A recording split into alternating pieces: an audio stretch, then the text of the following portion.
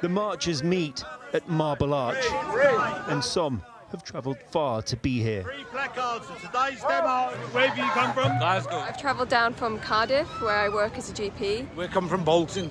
Before it starts moving, final preparations underlining the colours of today's protest. So I come here because I think this is one of the worst massacres that we're witnessing. The hospitals are being bombed and stuff, and that's just not acceptable.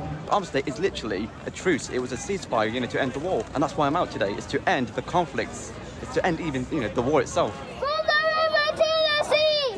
And from the start, this controversial chant, which will be repeated all day. A lot of people get offended by that. They've changed the chant. Yeah. Instead, it's supposed to be from the river to the sea, which is Palestine. But it's not.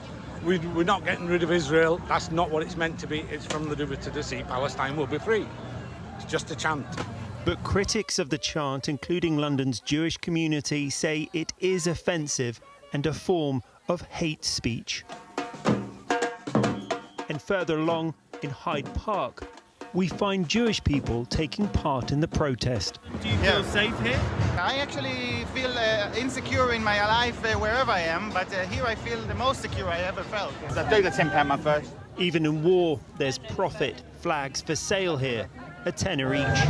Well, it's just gone 1 o'clock. We're on Hyde Park corner and the march has just started moving. More than 300,000 people took part, billed as a united call for a ceasefire. What's your sign say? It says Queers for Palestine.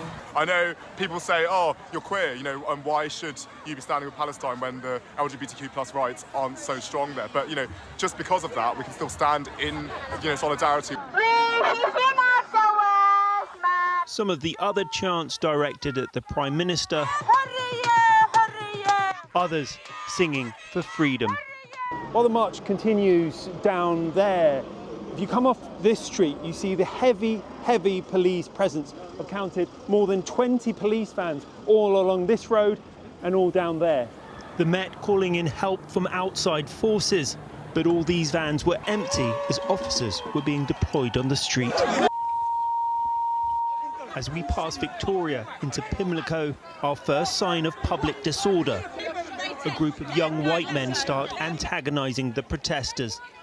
The police, already stretched by disturbances at the Cenotaph, admit they are outnumbered. There's 6 of them. Okay, there's only 4 of us. After crossing the river, the march came to its end near the American embassy in Battersea, with calls for a ceasefire fading into the night. Rex Martel, ITV News.